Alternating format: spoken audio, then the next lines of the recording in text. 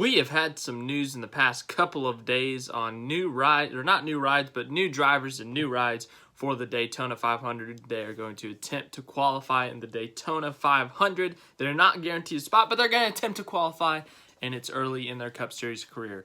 Yesterday, it was announced that Gragson would make a few starts in the 2021 season for Kaulig Racing. Kaulig Racing has announced as of recently that they're going to try to eventually build up to a full-time Cup Series team. They are currently an Xfinity Series team. Justin Haley made it to the Final Four last year with that team. Ross Chastain raced for them last year. So they've had some success in those cars. Also, AJ Allmendinger was in those cars last year part-time. He won some races. He'll be in the car full-time this year in the Xfinity Series. So they've had a lot of success in the Xfinity Series, and they are looking to move up to the Cup Series in the future. And the first step is obviously doing part-time, which is what they're going to do this year. They haven't announced their full lineup, but we know that we now know that Gragson is going to run some of the races. They're looking to do super speedways and road courses, and the first race that they're going to attempt to qualify for is, you know, the Daytona 500. That's the first super speedway race, the first race of the year, and Gragson will drive the number 16 car. So, yeah, Gragson, he's got one career start in the Cup Series. It's a 7th place finish, the Daytona road course. Last year, he subbed for Austin Dillon. Austin Dillon had Corona, and he ended up missing that race, and Gragson filled in the seat, got a 7th place finish. Good day for him, obviously, when your first career start is just last second, and then you end up getting 7th out of it. I'd say that's a pretty good finish, so a good start to his career. He's hoping to continue that momentum, obviously. I mean, that was a long time ago, but you get my point. Continue his very successful Cup career in one start. But, yeah, he's trying to build a name for himself, start a career. I don't know what his situation's looking like in the Xfinity or Truck Series, but we now know that he's going to be running in the Cup Series for a few races for Kaulig Racing. Only part-time, not full-time, but I think it'll be a good learning experience for him. Some of these younger drivers, like we've seen in the past, they go straight to the Cup Series. They run full-time Cup Series. They don't do as successful as expected. Some of them do, some of them don't. But I think it's good for some of these do slowly get into it, you know. Do a couple years in trucks, Xfinity, and then maybe do part-time Xfinity, not part-time Xfinity, do your regular Xfinity stuff, and then part-time Cup. And, you know, get used to the car, even though this is the last year of this car. But, you know, get used to the car, get used to the competition, what you're going to see and stuff. And then eventually you can move on to a bigger full-time team. Obviously, Kaulig Racing, I don't know how they're going to do in the Cup Series. I don't expect them to go out and win a bunch of races, but, you know, who knows? Who knows? It's Daytona, Talladega. Anything could happen. And then if you put AJ Allmendinger in a car at the road courses, what if he wins? But anyways, my point being, it'll be a good learning experience for Gragson. I think he'll obviously have fun, but, you know, I think it's going to be a good learning experience for him. The next news we have, Xfinity driver. He's a current full-time Xfinity driver for Junior Motorsports. Noah Gragson will race in the Daytona 500. It was rumored a few weeks ago. It was first reported, I should say, a few weeks ago that Noah Gragson would be driving the number 62 car for Beard Motorsports. That he'd be in that car at the Daytona 500. But now it has been confirmed this morning. Beard Motorsports confirmed it, that Noah Gragson will drive the number 62 Chevrolet Camaro at the Daytona 500. Remember, this car was driven part-time last year by Brendan Gaughan in the super speedway races.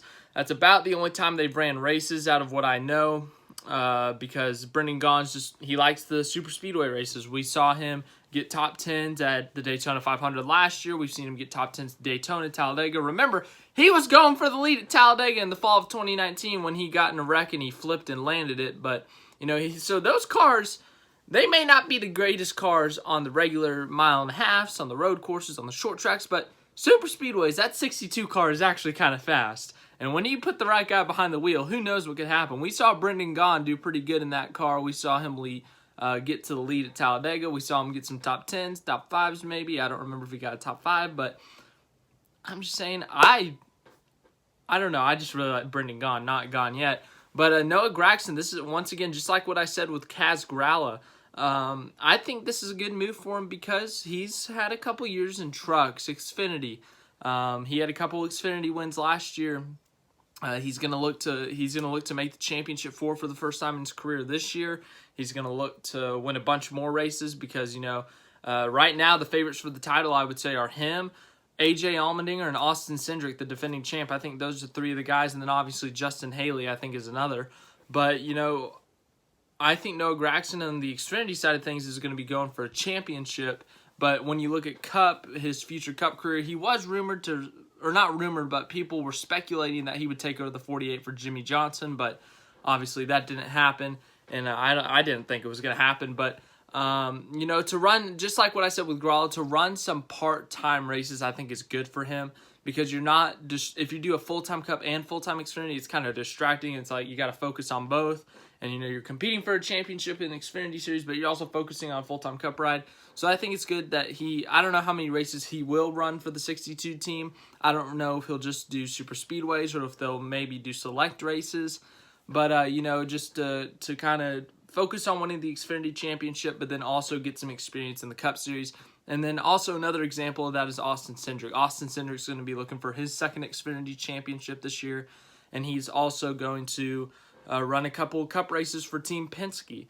But so that's some interesting news to that, but it does make the Daytona 500 interesting, because remember back in the day, you had to qualify for the 500, right? You had to qualify, you had to do good in the dual races, and, teams would show up and they wouldn't make it to the race. They would go home.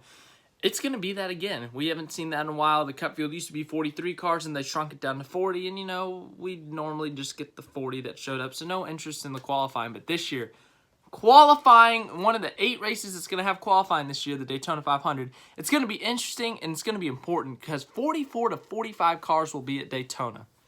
36 charter cars, and then I guess that's what, 7, 8, 9, whatever the math is on the open rides, the open cars, and those cars currently are the MBM cars, which contain the 13 or the 49 for Chad Fincham, the 16 for Colleague, which is Kaz Gralla, the 36 of David Reagan for Front Row, the 37 Ryan Preece for JTG Doherty, unknown driver for NY Racing, I don't know who that team is, the 62 of Gragson for Beard Motorsports, the 66 of Timmy Hill for MBM, go Timmy Hill, and then the 96 for Gaunt Brothers. The driver is not confirmed there, but people think it's going to be Ty Dillon. Nobody actually knows. And then Penske hasn't said they are, but, if they do end up putting Austin Cindric in the Daytona 500, then that would be another one. So, the Daytona 500 this year, it's gonna be a fun. We usually just look forward. The past couple of years, we've just been like, okay, yeah, the duels are fun, the qualifying days are fun,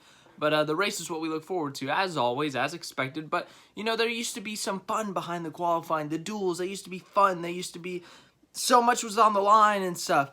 And then just the past couple of years, I feel like we haven't had that. And to see 44 to 45 cars on the entry list and only 40 cars get to race. That's interesting. I think that'll make a great story, a great headline to see some of these stories. We got, like Kaz Gralla, his second career Cup start, looking to make a name for himself with a new team, Colleague Racing. And then we got David Reagan, an old veteran who's, he ran full-time, but he came out of retirement, and I guess it's retirement, whatever you want to call it, to run the Daytona 500 with his old team. So that's a storyline. Then we got Timmy Hill, the underdog, Timmy Hill.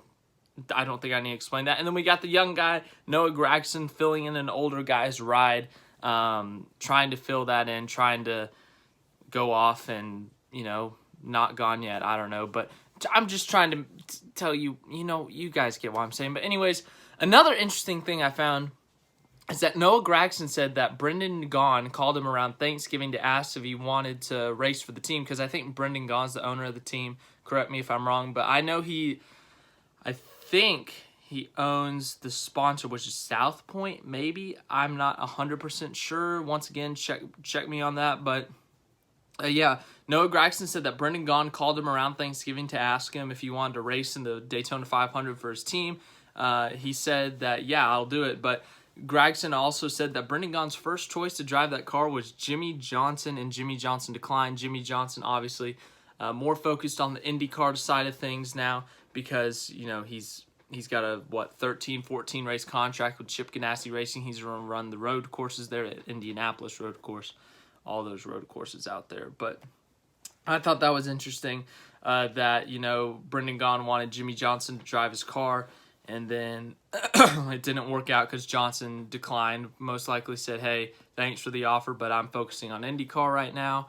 And his next option was Noah Gragson, so I think that's a pretty cool story for Noah Gragson. I think that's pretty interesting to me, at least. But yeah, and then, yeah, there's some paint schemes that got released today. We're going to do a paint scheme preview before the season. I'll show you some of my favorites and least favorites. But this one, I genuinely can't tell if I love it or if I hate it. But William Byron's new paint scheme, I don't know what to think of this. I love it, but at the same time, I hate it because I don't know what it is. But we'll talk about that in a week or so. I guess we can get that out next week. But, man, hope you guys have a great rest of your day. Make sure to leave a like. Helps out a ton. Make sure to subscribe to the channel. Share with NASCAR friends. And any other news that comes out, we'll talk about it.